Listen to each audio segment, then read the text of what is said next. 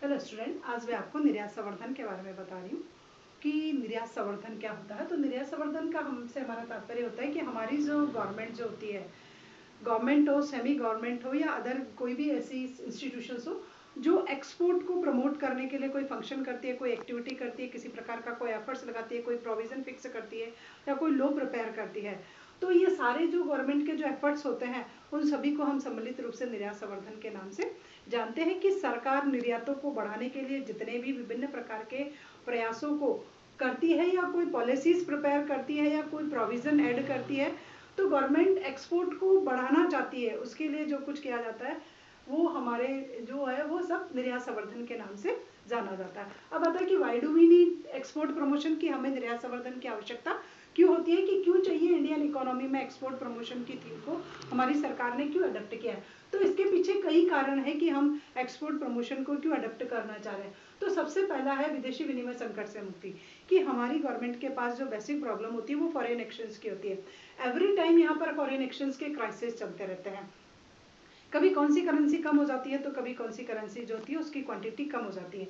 तो foreign exchange की requirement को जो है वो उसकी क्वांटिटी को इंक्रीज करने के लिए जो है गवर्नमेंट को एक्सपोर्ट प्रमोशंस की जो है वो कंपलसरी हो जाता है कि हम एक्सपोर्ट को प्रमोट करें। तो इस प्रकार के फॉरेन एक्सचेंज की जो प्रॉब्लम्स है एटलीस्ट उससे फ्री होने के लिए, फॉरेन एक्सचेंज के रिजर्व को मेंटेन करने के लिए हमारी गवर्नमेंट को एक्सपोर्ट को प्रमोट करना पड़ता है। जैसे अलग अलग टाइम पे अलग अलग प्रकार के आते हैं। तो डॉलर का जो क्राइसिस है वो मेन क्राइसिस होता है हमारी इकोनॉमिक में, कि डॉलर की क्वांटिटी कम हो जाती है। तो डॉलर की अमाउंट को इंक्रीज करने के लिए एक्सपोर्ट को प्रमोट करना पड़ेगा, हमें उन कंट्री को एक्सपोर्ट करना पड़ेगा जहाँ से हमारी जो है वो डॉलर की इनकमिंग हो सके। उसके बाद सेकेंड रीजन होता है व्यापार घाटे में कमी, कि हमारा जो बैलेंस ऑफ जो ट्रेड है एटलीस्ट वो ऑलवेज डेफिसिट को शो कर रहा है, उसमें एवरी टाइम घाटा ही आता है। बहुत कम सालों को छोड़ करके हमारे देश की जो गवर्नमेंट है वो व्यापार घाटे में जो है वो सरप्लस बता पाई है या बचत को बता पाई है। तो व्यापार घाटा जो निरंतर लगातार बढ़ता जा रहा है वो ये बताता है कि हमारे आयात ज़्यादा है और हमारे निर्यात कम है। एक्सपोर्ट और इम्पोर्ट के बीच का जो डिफरेंस होता है which is known as BOP. तो इस व्यापार घाटे को, इस डेफिशिट को जो है रिड्यूस करने के लिए भी गवर्नमेंट को एक्सपोर्ट को जो है वो इंक्रीज करना होगा। और एक्सपोर्ट तभी इंक्रीज होगा जब हमारी सरकार निर्यात संवर्धन के लिए कुछ प्रयास या प्रयत्न करेगी। उसके बाद विदेशी ऋणों व ब्याज के भुगतान के लिए, कि हमारी गवर्नमेंट ने बहुत बड़ी अमाउंट में जो है वो फॉरेन डेप्ट ले रखा है। अब उस फॉरेन डेप्ट को गवर्नमेंट को पे तो करना ही पड़ेगा, गवर्नमेंट डेप्ट को भी पे करना पड़ेगा और उसके साथ साथ उस पर जो इंटरेस्ट की जो हाई रेट चल रही है एटलीस्ट उस इंटरेस्ट रेट का भी पेमेंट किया जाएगा। तो ये पेमेंट होगा कहाँ से, जब हमारे पास फॉरेक्स होगी नहीं, क्योंकि जिस गवर्नमेंट से हमने लोन लिया उसको उसी करेंसी में वापस लोन देना पड़ेगा। अमेरिका से लिया तो डॉलर में लेना पड़ेगा, अगर जर्मनी से लिया तो मार्क में लेना पड़ेगा। तो जिस कंट्री से हमने जिसमें लोन लिया है एटलीस्ट हमें उसको पे उसी में करना पड़ेगा। तो इसके लिए भी एक्सपोर्ट को प्रमोट करने की रिक्वायरमेंट हो जाती है कि हमें हमारे फॉरेन डेप्ट का भी करना और उसके साथ साथ उस पर जो इंटरेस्ट लग रहा है उसका भी पेमेंट करना है। नेक्स्ट आता है आर्थिक विकास की वित्त व्यवस्था। अगर गवर्नमेंट चाहती है कि इकोनॉमिक डेवलपमेंट की रेट रैपिड रेट से इंक्रीज हो, तो इकोनॉमिक डेवलपमेंट को इंक्रीज करने के लिए भी डेवलपमेंट फाइनेंस की रिक्वायरमेंट होती है। कोई भी कंट्री तब तक विकास नहीं कर पाती है जब तक उसके पास सेल्फ के रिसोर्सेज नहीं होते हैं। तो एक्सपोर्ट को प्रमोट करने के लिए भी फाइनेंस चाहिए और ये फाइनेंस हम ट्रेड को इंक्रीज कर करके कर सकते हैं और ट्रेड तभी इंक्रीज होगा जब हमारा एक्सपोर्ट प्रमोट होगा। उसके बाद है सामरिक सुदृढ़ता व सुरक्षा, कि हमारे यहाँ डिफेंस के क्राइटेरिया से देखें तो डिफेंस का लेवल इतना स्ट्रॉन्ग नहीं है और डिफेंस मटेरियल और इक्विपमेंट्स इंडियन इकोनॉमी में जो है वो प्रोड्यूस होता भी नहीं है, तो उनका इंपोर्ट करना हमारी बाउंडेशन होती है। तो उनके इंपोर्ट का जो पेमेंट हम करते हैं एटलीस्ट अगर हम हमारे एक्सपोर्ट को इंक्रीज करें तो उनके पेमेंट का जो बैलेंस है वो हमारा इक्वल हो सकता है। तो इस प्रकार सामरिक सुदृढ़ता हमारी डिफेंस को स्ट्रॉन्ग करने के लिए, हमारी सारी जो है ऐसे इक्विपमेंट्स को जो है जनरेट करने के लिए भी हमें टेक्नोलॉजी और इनका जो है इंपोर्ट करना पड़ता है। तो उसके पेमेंट के लिए एक्सपोर्ट को प्रमोट करना पड़ेगा। उसके बाद है कि औद्योगिकरण में तेजी, की इंडियन इकोनॉमी में इंडस्ट्रियलाइजेशन की जो रेट है वो बहुत स्लो है। यहाँ इंडस्ट्री का सेटअप ही इतना जो है रैपिड रेट से नहीं हो रहा है। तो इंडस्ट्रियलाइजेशन को सेटअप करने के लिए भी एक्सपोर्ट को प्रमोट करना है, क्योंकि इंडस्ट्री सेटअप तो हो जाएगी बट उसके प्रोडक्ट को हम कहीं ले जा करके इंटरनेशनल मार्केट में सेल करेंगे, तभी उस इंडस्ट्री की प्रोग्रेस जो है वो पॉसिबल हो सकती है। तो तेज गति से जो है उद्योग धंधों की स्थापना करने के लिए भी एक्सपोर्ट प्रमोशंस की नीड्स होती है। उसके बाद है रोजगार के अवसरों में वृद्धि, की एम्प्लॉयमेंट अपॉर्चुनिटी की जनरेशन। देखें तो इंडिया में जो अनएम्प्लॉयमेंट की सिचुएशन बहुत ज़्यादा क्रिटिकल है। एम्प्लॉयमेंट इसलिए है कि यहाँ इंडस्ट्रीज नहीं है, और इंडस्ट्री क्यों नहीं है कि उसके प्रोडक्ट का एटलीस्ट हम करें क्या। तो इसलिए अनएम्प्लॉयमेंट की प्रॉब्लम को सॉल्व करने के लिए, रोजगार के अवसरों में वृद्धि करने के लिए भारत सरकार को अपने उत्पादन को बढ़ाना होगा और उस बढ़े हुए उत्पादन को जो है वो फॉरेन कंट्री में सेल करना होगा। उसके बाद है नेशनल इनकम में वृद्धि करने के लिए कि गवर्नमेंट चाहती है कि अगर उसकी राष्ट्रीय आय में वृद्धि हो तो राष्ट्रीय आय में वृद्धि करने का भी एक जरिया है कि एक्सपोर्ट से जो है इनकम जनरेट होती है, उससे भी कंट्री की नेशनल इनकम जो है वो हाई हो सकती है। आत्मनिर्भरता की ओर अग्रसर होने के लिए कि अगर हम चाहते हैं कि हम खुद पर निर्भर रहें, किसी भी कमोडिटी या सर्विसेज के लिए फॉरेन कंट्री पर डिपेंड नहीं रहे, तो एटलीस्ट हमें उन सभी कमोडिटीज़ का प्रोडक्शन करना होगा जिनको हम बाहर से आयात कर रहे हैं। और हम उसका अगर सरप्लस में करें तो हम कुछ ऐसी कमोडिटीज़ में स्पेशलाइजेशन ले सकते हैं जिनको हम बाहर सेल करें। तो खुद पर निर्भर होने के लिए भी इंपोर्ट को रिड्यूस करना पड़ेगा और हो सकता है हम ज़्यादा प्रोडक्शन कर ले तो उसका एक्सपोर्ट भी कर लें। विदेशी प्रतिस्पर्धा का सामना करने के लिए कि फॉरेन इंटरनेशनल मार्केट में जो कंपटीशन इतना रैपिड रेट से हाई होता जा रहा है, तो वहाँ इंडियन प्रोडक्ट जो है उस कंपटीशन को फेस नहीं कर पाता है। तो गवर्नमेंट को एक्सपोर्ट को प्रमोट करना होगा, क्वालिटी को इम्प्रूव करना होगा, तभी जाकर के हमारा जो प्रोडक्ट है वो इंटरनेशनल मार्केट में उसकी डिमांड क्रिएट हो पाएगी। नेक्स्ट होता है अनिवार्य आयातों के भुगतान के लिए कि कुछ प्रोडक्ट ऐसे हो जाते हैं जिनका प्रोडक्शन इंडियन इकोनॉमी में पॉसिबल नहीं है। अब जब पॉसिबल नहीं है तो उस टेक्निक को या उस कैपिटल गुड्स को हमें बाहर से लाना पड़ेगा। तो उस टेक्निक और कैपिटल गुड्स को जब हम इंपोर्ट करते हैं तो उसका पेमेंट फॉरेक्स में करना पड़ता है। तो उस फॉरेक्स के जो भुगतान की जो व्यवस्था है, एटलीस्ट उसके लिए अगर हम एक्सपोर्ट पहले से ही प्रमोट करके रखें तो एक्सपोर्ट से जो करेंसी जनरेट हो रही है उसका पेमेंट उस कंट्री को हम कर सकते हैं। तो ये जो पॉइंट्स है वो है कि हमारी गवर्नमेंट को विदेशी निर्यात संवर्धन की आवश्यकता क्यों होती है। अब होते हैं कि हमारी गवर्नमेंट ने एटलीस्ट ऐसे कौन कौन से एफर्ट्स लगाए हैं जिससे कंट्री में एक्सपोर्ट जो है वो प्रमोट हो। तो सबसे पहला है व्यापारिक समझौते व अंतर्राष्ट्रीय संगठनों में सहायता है कि हमारी गवर्नमेंट ने एक्सपोर्ट को प्रमोट करने के लिए बहुत से ट्रेड एग्रीमेंट साइन कर रखे हैं। उन ट्रेड एग्रीमेंट में क्या होता है, हमने जिस कंट्री से साइन कर रखे हैं ट्रेड एग्रीमेंट, उन जिन देशों के बीच में हो रखा है, एटलीस्ट वो कुछ रूल्स रेगुलेशन को फॉलो करते हैं और वो रूल्स रेगुलेशन सभी देशों में समान रूप से होते हैं। और जिन कंट्री के साथ हमने एग्रीमेंट साइन कर रखे हैं उनसे हमारी जो रिलेशनशिप है थोड़ी सी स्ट्रांग हो जाती है। और कुछ अंतर्राष्ट्रीय संगठनों से भी हमने ऐसे कॉन्ट्रैक्ट कर रखे हैं। फॉर एग्जाम्पल है गेट है, WTO है, सार्क है, अंगटाड है, ऐसी इंस्टीट्यूशंस जो है ट्रेड को प्रमोट करती है। तो उन संस्थाओं से और उन इस प्रकार के समझौते करने से भी हमारा जो है वो निर्यात संवर्धन बढ़ सकता है। और भारत सरकार के प्रयासों के माध्यम से अंतर्राष्ट्रीय स्तर पर जितने भी समझौते हुए हैं और जितने भी अंतर्राष्ट्रीय संगठनों की स्थापना हुई है, भारत की उसमें कहीं ना कहीं मेंबरशिप है। और ये मेंबरशिप हमने स्टार्टिंग से ही ले रखी है, जब वो संगठन या जब वो समझौता जो है वो स्थापित हुआ था। तो ऐसे समझौते और ऐसे जो है संगठनों की मेंबरशिप लेने से हमें ये बेनिफिट मिलता है कि हमारे ऊपर जो रूल्स और रेगुलेशन होते हैं उनमें थोड़ा सा रिलैक्सेशन हमें मिल जाता है। उसके बाद आता है भारतीय मुद्रा का अवमूल्यन की हमारी गवर्नमेंट ने जो है इंडियन करेंसी को बहुत बार डिवेल्युएट किया है, उसका अवमूल्यन किया है। डिवेल्युएशन का एक बेनिफिट ये होता है कि इससे हमारे जो कमोडिटीज थोड़ी सी सस्ती हो जाती है और इंटरनेशनल मार्केट में उसकी डिमांड इंक्रीज हो जाती है। तो हो सकता है कि इससे हमारे एक्सपोर्ट में वृद्धि हो। तो इसके लिए हमारी गवर्नमेंट ने 49, 66 और 1991 में इंडियन करेंसी को जो है वो डिवेल्युएट किया। डिवेल्युएशन का परसेंटेज जो था हर वक्त थोड़ा सा अलग अलग था, बट मेन मोटिव यही था कि इस डिवेल्युएशन का जो पॉजिटिव इम्पैक्ट वो है हमारे एक्सपोर्ट पर शो हो। नेक्स्ट आता है निर्यातोन्मुखी आयात निर्यात नीतियों का अनुसरण की गवर्नमेंट जो होती है हर 5 ईयर में एक जो है पॉलिसी प्रिपेयर करती है। उस पॉलिसी का नाम होता है एक्सपोर्ट इंपोर्ट पॉलिसी।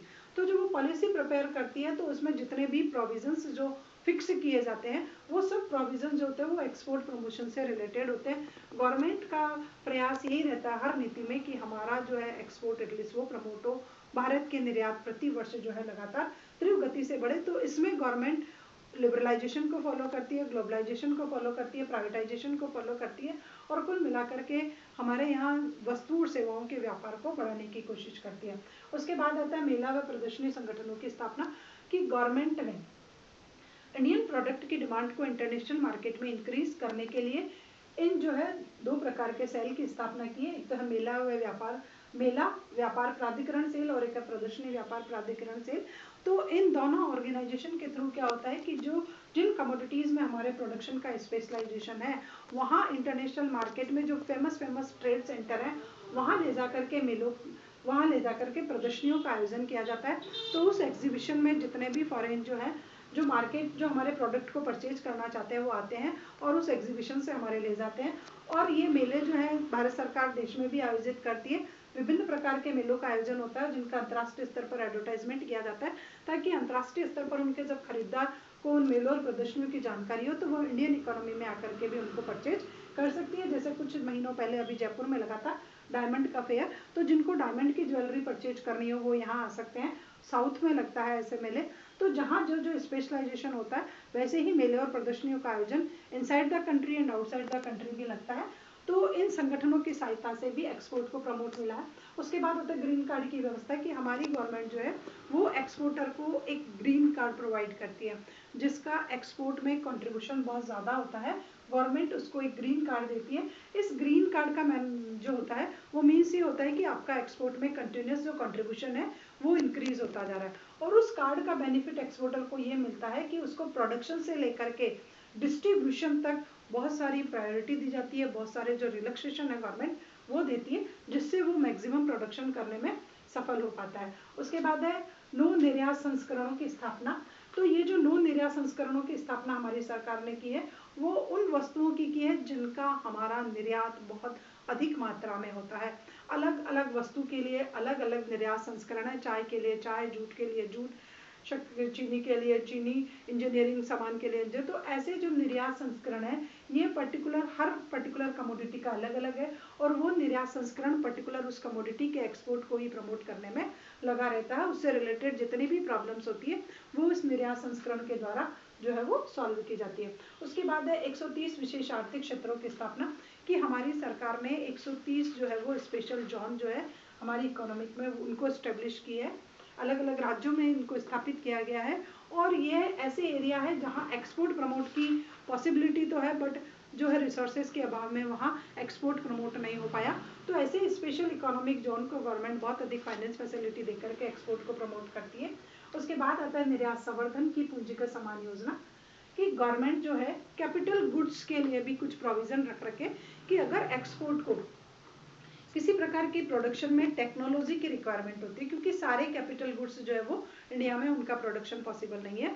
हम कहीं ना कहीं कभी ना कभी जो है फॉरेन कंट्री से जो है टेक्नोलॉजी का इंपोर्ट करते हैं, क्योंकि वहाँ से अपडेट टेक्निक आने की वजह से हमारा जो आउटपुट का लेवल है वो थोड़ा हाई हो सकता है। तो गवर्नमेंट एक्सपोर्टर को ये फैसिलिटी प्रोवाइड करती है। इस संगठन के थ्रू क्या होता है, अगर आपको कोई कैपिटल गुड्स चाहिए, टेक्नोलॉजी चाहिए, कुछ स्पेशलिस्ट की सर्विसेज चाहिए, तो आप इस सेल से संपर्क कर सकते हो, और उसके थ्रू आपको आपके एक्सपोर्ट को प्रमोट करने के लिए जो है इस प्रकार के पूंजीगत सामान की आयात की परमिशन दे दी जाएगी। उसके बाद उदार लाइसेंसिंग प्रणाली, की इसमें जो है लिबरलाइजेशन को फॉलो किया जाता है। एक्सपोर्टर को लाइसेंस जो है वो मिनटों में इश्यू कर दिया जाता है। आपको लाइसेंस के लिए किसी भी प्रकार का एक्सपोर्ट डिले हो ऐसा इंडिया में नहीं है। तो ये उदार लाइसेंसिंग प्रोसेस में ये होता है कि आपको लाइसेंस लेने में 1 या 2 दिन लगते हैं, और आपका प्रोडक्ट जो है वो इंटरनेशनल मार्केट में सेल हो जाने के लायक हो जाता है। तो लाइसेंसिंग से भी डिले नहीं हो पाता है। उसके बाद है निर्यात संवर्धन औद्योगिक पार्क। निर्यात संवर्धन औद्योगिक पार्क जो है वो हमारी सरकार ने इस प्रकार के संस्थान की स्थापना 1994 में की है। इससे हमारे देश के जो 23 राज्य हैं वहाँ पर इस प्रकार के औद्योगिक पार्क की स्थापना की गई है, ताकि उस पर्टिकुलर स्टेट में जिस इंडस्ट्रियल प्रोडक्ट में उसका स्पेशलाइजेशन हो उसकी एग्जीबिशन उस पार्क में लगा सकता हो, और वहाँ पर जो है एक्सपोर्टर को प्रमोट किया जाता है, और फॉरेनर्स जो है वहाँ परचेज करने के लिए आते हैं, और उस पार्क को विजिट कर करके और आपकी कंट्री से उस कमोडिटी के जो है वो परचेज का ऑर्डर आपको दे के चले जाते हैं। उसके बाद आता है विभिन्न जांच समितियां, कि हमारी गवर्नमेंट ने एक्सपोर्ट को प्रमोट करने के लिए डिफरेंट टाइप्स की जो कमिटीज है उनको इस्टेब्लिश किया गया था। अब यहाँ पर अनेक प्रकार की समितियां जो है वो बनी, जिसमें जैसे है गोरवाला समिति, ये सबसे पहली समिति थी, और जिस नाम से ये समितियां हैं एटलीस्ट उनके अध्यक्ष भी वही थे, जैसे गोरवाला है, डिसूजा है, मुद्दालियर है, अलेक्जेंडर है, टंडन है। इस प्रकार की अनेकों कमेटियां इंडिया में अब तक बन चुकी है। तो इन कमेटी को जो है ऑर्गेनाइज करने में, जैसे गोरवाला का अध्यक्ष गोरवाला था, डिसूजा कमेटी का डिसूजा, इन सबके अध्यक्ष यही थे। इन्होंने कमेटियां बनाई और कमेटी बना करके रिसर्च करी, और रिसर्च कर करके कुछ रिकमेंडेशन दी। उस रिकमेंडेशन को हमारी इंडियन गवर्नमेंट ने अप्रूव किया है कि टैक्स में रिलैक्सेशन देना चाहिए, जो है एक्साइज ड्यूटी उनको फिनिश कर देना चाहिए, एक्सपोर्ट इंपोर्ट पे टैक्स को रिड्यूस करना दे देना चाहिए, फाइनेंस फैसिलिटी अवेलेबल करानी चाहिए। तो इन सभी ने अलग अलग प्रकार के टाइम में, अलग अलग समय में ये स्थापित हुई। इनका टाइम पीरियड अलग अलग है, इनको इस्टेब्लिश करने के जो ऑब्जेक्टिव्स थे वो भी सब अलग अलग थे, बट मेन थीम सभी की एक ही थी कि एक्सपोर्ट जो है वो प्रमोट होना चाहिए। उसके बाद आता है विभिन्न संगठनों की स्थापना, कि हमारी गवर्नमेंट ने एक्सपोर्ट को प्रमोट करने के लिए कुछ ऑर्गेनाइजेशन है उनको भी स्टैब्लिश किया गया। उसमें जैसे सबसे पहला है निर्यात संवर्धन निदेशालय। ये जो संस्था है वो एक्सपोर्टर को इंफॉर्मेशन प्रोवाइड करती है कि आपके प्रोडक्ट की डिमांड कहाँ अवेलेबल है, आप वहाँ ले जा करके सेल कर सकते हो। उसके बाद उसको थोड़ी सी गाइडेंस या डायरेक्शन देती है कि इस स्टाइल से आप आपके एक्सपोर्ट को कर देते हो, और अगर उसको कोई प्रॉब्लम फेस हो रही हो तो उसके लिए ये सजेशन देने का काम भी करती है। तो ये जो समिति है वो एक्सपोर्टर को इन्फॉर्मेशन भी देती है, सूचना देती है, उसको निर्देशन देती है, और उसको उसकी कोई भी प्रॉब्लम हो तो उस पर सुझाव देने का काम करती है। उसके बाद जो सेकंड इसी में है, इसी पॉइंट्स में सेकंड जो संस्थान की स्थापना की गई वो थी निर्यात संवर्धन सलाहकार परिषद। तो ये परिषद क्या करती है कि जो हमारी गवर्नमेंट एक्सपोर्ट और इंपोर्ट पॉलिसी प्रिपेयर करती है, एटलीस्ट उस पॉलिसी की समीक्षा करती है, उससे रिव्यू लेती है, उसको लोगों के सामने प्रस्तुत करती है और लोगों के रिव्यू लेती है, और रिव्यू लेकर के वापस जो है जो उस पॉलिसी में थोड़े से जो है प्रोविजन को अपडेट करने की कोशिश करती है। तो इस समिति का काम यही है कि गवर्नमेंट जो एक्सपोर्ट इंपोर्ट पॉलिसी बनाती है उससे एटलीस्ट कौन कितना सेटिस्फाई है या नहीं है, या क्या सजेशन देना चाह रहा है, किस स्टाइल से उसकी रिकमेंडेशन आई है, उसकी समीक्षा करना इस जो है संगठन का काम होता है। उसके बाद है 27 निर्यात संवर्धन परिषद। ये जो हमारी कंट्री में इस्टेब्लिश किए गए वो 27 जो डिफरेंट टाइप्स की कमोडिटीज़ है जिनका हम एक्सपोर्ट करते हैं, उन पर्टिकुलर कमोडिटीज से लेकर के की गई है। और ये भी जो 27 निर्यात संवर्धन है हर कमोडिटी के लिए अलग अलग है, और पर्टिकुलर अपनी कमोडिटी के एक्सपोर्ट को जो है वो प्रमोट करने के लिए इनके थ्रू एफर्ट्स लगाए जाते हैं। उसके बाद है 9 वस्तुमंडल। ये 9 वस्तुमंडल वो होंगे जिन जो स्पेशल कमोडिटीज़ हमारे एक्सपोर्ट में, जिनका कॉन्ट्रीब्यूशन बहुत ज़्यादा हाई है, तो उन कमोडिटीज से रिलेटेड ये है ऑर्गेनाइजेशन, और ये भी पर्टिकुलर कमोडिटी से काम करते हैं। उसके बाद जो नेक्स्ट पॉइंट है वो है 30 कि किस्म नियंत्रण की व्यवस्था, की हमारी गवर्नमेंट ने जो एक्सपोर्ट किया जाता है उस प्रोडक्ट की क्वालिटी को चेक करने के लिए भी डिफरेंट टाइप्स के इंस्टीट्यूशंस को स्टेब्लिश किया है, क्योंकि जब तक क्वालिटी मेंटेन नहीं करेंगे इंटरनेशनल मार्केट में तब तक हमारे प्रोडक्ट की डिमांड जो है वो इंक्रीज नहीं होगी। तो किस्म को चेक करने के लिए भी बहुत सी जो है संस्थाएं उनकी स्थापना की गई। उसमें सबसे पहला है निर्यात निरीक्षण परिषद। ये संस्था स्थापित की गई। इस इंस्टीट्यूशंस का एक ही काम है कि जब आपका माल पोर्ट पर आ जाता है और पोर्ट पर आने के बाद और जहाज में डालने से पहले ये उसकी क्वालिटी चेक कर लेते हैं, क्योंकि अगर क्वालिटी पहले ही गोडाउन में चेक करें तो हो सकता है रिप्लेसमेंट हो जाए प्रोडक्ट और आपने चेक कुछ और कराया और आपको पोर्ट पे कुछ और सामान जो है वो देते हो। तो ये इंडस्ट्री क्या करती है कि आपका माल जो है ये इंस्टीट्यूशंस जहाज में लादने से पहले कि आपका पोर्ट पर आ चुका है, पोर्ट से अब उसकी शिफ्टिंग हो रही है शिप में, तो उससे पहले ये आपके प्रोडक्ट की जो है वो क्वालिटी चेक करती है, और अगर क्वालिटी इंटरनेशनल जो भी हमारे स्टैंडर्ड है उसके अकॉर्डिंग होती है तो ये आपका प्रोडक्ट इंटरनेशनल मार्केट में सेल के लिए जाता है। उसके बाद सेकंड है भारतीय मानक संस्थान। ये दिल्ली में स्थापित की गई है, और ये क्या करती है, इस संस्थान का एक ही काम है कि ये एक्सपोर्ट किए जाने वाला जो प्रोडक्ट है उसका एक तो नेशनल और एक इंटरनेशनल ग्रेडिंग जो है वो डिक्लेयर करती है कि माल अगर राष्ट्र में बिक रहा है तो उसकी ग्रेडिंग उसका स्टैंडर्ड किस स्टाइल का होगा, और अगर यही माल इंटरनेशनल मार्केट में ले जा करके सेल हो रहा है तो उसका स्टैंडर्ड किस स्टाइल का होगा। अगर इन स्टैंडर्ड से बिलो स्टैंडर्ड मेंटेन किए हुए कोई कमोडिटी होती है तो एटलीस्ट उसको एक्सपोर्ट के लिए जो है वो नहीं एक्सेप्ट नहीं किया जाता है, कैंसिल कर दिया जाता है।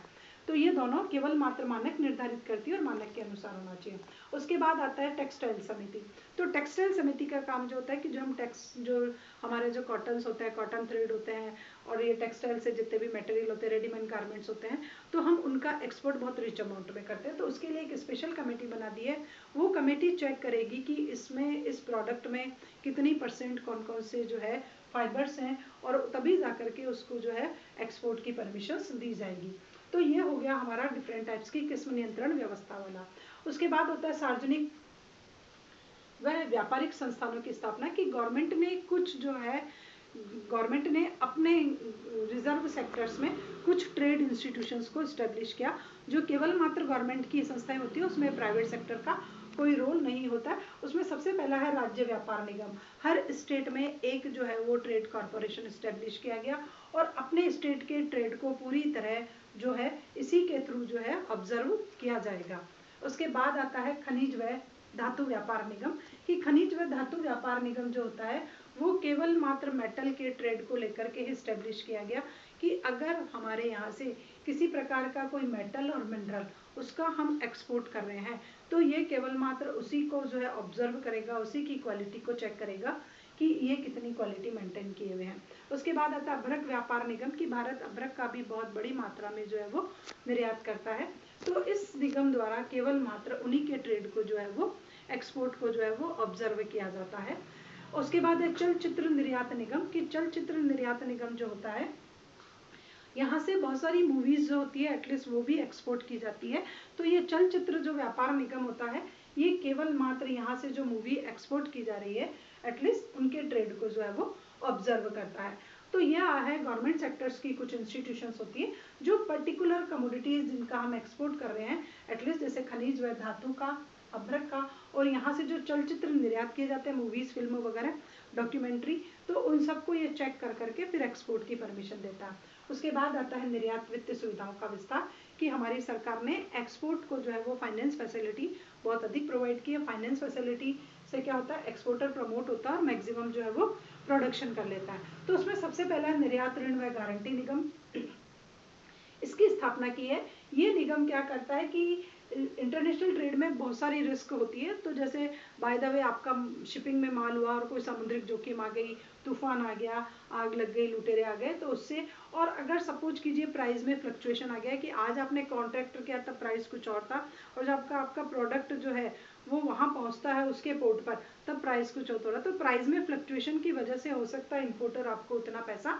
नहीं दे जितना आपका कॉन्ट्रैक्ट में फिक्स था। तो ये निगम केवल मात्र आपको जो रिस्क होती है उससे सिक्योरिटी प्रोवाइड करता है। रिस्क में एक तो सामुद्रिक रिस्क को लिया है कि माल जब जहाज में चल रहा है तब कोई रिस्क क्रिएट हो गई या प्राइस में किसी स्टाइल का कोई फ्लक्चुएशन हो गया तो आपको अगर कोई प्रॉब्लम फेस करनी पड़ती है तो ये आपको दिया जाएगा। उसमें है बैंक ने औद्योगिक विकास बैंक और आईएफसी को स्थापित किया है हमारी गवर्नमेंट ने। ये इंडस्ट्रियल डेवलपमेंट बैंक जो है वो केवल मात्र इसी प्रकार के लोन प्रोवाइड करता है और आईएफसी भी फाइनेंस फैसिलिटी देता है एक्सपोर्टर को ताकि उसको लोअर रेट ऑफ इंटरेस्ट पे फाइनेंस मिल जाए तो वो मैक्सिमम प्रोडक्शन कर सकते हो। उसके बाद है EXIM export import bank. Export import bank को 1982 में गवर्नमेंट को एस्टेब्लिश करने का मेन मोटिव यही था कि एक्सपोर्ट इंपोर्ट की फील्ड में बहुत सारी प्रॉब्लम्स फेस करनी पड़ती थी एक्सपोर्टर को, तो फाइनेंस फैसिलिटी ये प्रोवाइड करता है और एक्सपोर्ट इंपोर्टर की जो भी कोई प्रॉब्लम्स होती है उसको सॉल्व करने का काम करता है। उसके बाद आता है लास्ट पॉइंट है निर्यात संवर्धन हेतु प्रोत्साहन, कि गवर्नमेंट एक्सपोर्ट को प्रमोट करने हेतु एक्सपोर्टर को बहुत सारी फैसिलिटी भी प्रोवाइड करती है, जैसे उसको टैक्स में रिलैक्सेशन देती है कि उसके प्रोडक्ट पर टैक्स नहीं लगता है किसी स्टाइल का, इससे भी उसकी कॉस्ट ऑफ प्रोडक्शन रिड्यूस हो जाती है। उसके बाद उसको जो है फाइनेंशियल सब्सिडीज देती है, सब्सिडी देने से भी उसने जो लोन लिया उसका कुछ परसेंटेज भाग गवर्नमेंट एज ए सब्सिडी में काउंट कर लेती है तो भी उसको लोन जो है वो कम पे करना पड़ता है। उसके बाद गवर्नमेंट हो सकता है उसको किसी स्टाइल का फेयर में जो है रिलैक्सेशन प्रोवाइड कर दे कि जहाज में माल लद रहा है और अगर वो गवर्नमेंट की शिप इंडस्ट्री गवर्नमेंट की है तो गवर्नमेंट उससे थोड़ा सा कम जो है वो भाड़ा ले ले। उसके बाद होता है कि अगर उसको कैपिटल गुड्स और किसी स्टाइल की टेक्निक को इंपोर्ट करने की रिक्वायरमेंट होती है तो भी गवर्नमेंट उसको परमिशन देती है और टेक्निक को इंपोर्ट करने के लिए या कैपिटल गुड्स को इंपोर्ट करने के लिए उसको फाइनेंस फैसिलिटी देती है। उसके बाद होता है उसके बाद आता है अग्रिम लाइसेंस, कि गवर्नमेंट उसको एडवांस में ही लाइसेंस दे देती है। जैसे ही आप गवर्नमेंट को अप्लाई करते हो कि मैं इस पर्टिकुलर कमोडिटी को प्रोड्यूस करना चाह रहा हूँ और उसका एक्सपोर्ट करूंगा तो आपने जैसे ही लिख करके दिया गवर्नमेंट ने आपको एडवांस में ही लाइसेंस दे दिया कि आप 3 महीने बाद इसका एक्सपोर्ट कर सकते हो, तो ये फैसिलिटी भी हमारी गवर्नमेंट दे रही है। उसके बाद जो फेमस फॉरेन ट्रेड सेंटर है फॉरेन कंट्रीज में उन ट्रेड सेंटर्स पर गवर्नमेंट पर्टिकुलर कमोडिटीज़ के शोरूम इस्टेब्लिश कर रही है ताकि इंडियन प्रोडक्ट को इजी गोइंग वहाँ सेल किया जा सके। गवर्नमेंट जो ज़्यादा एक्सपोर्ट कर रहा है ऐसे एक्सपोर्टर को नेशनल ट्रॉफी और प्राइज़ वगैरह सर्टिफिकेट्स वगैरह प्रोवाइड करती है और अगर उसको किसी स्टाइल की कोई फॉरेन करेंसी की रिक्वायरमेंट होती है ट्रेड को लेके तो भी गवर्नमेंट देती है। तो these are the efforts by Indian government to increase export promotion, ये सरकार के प्रयास है।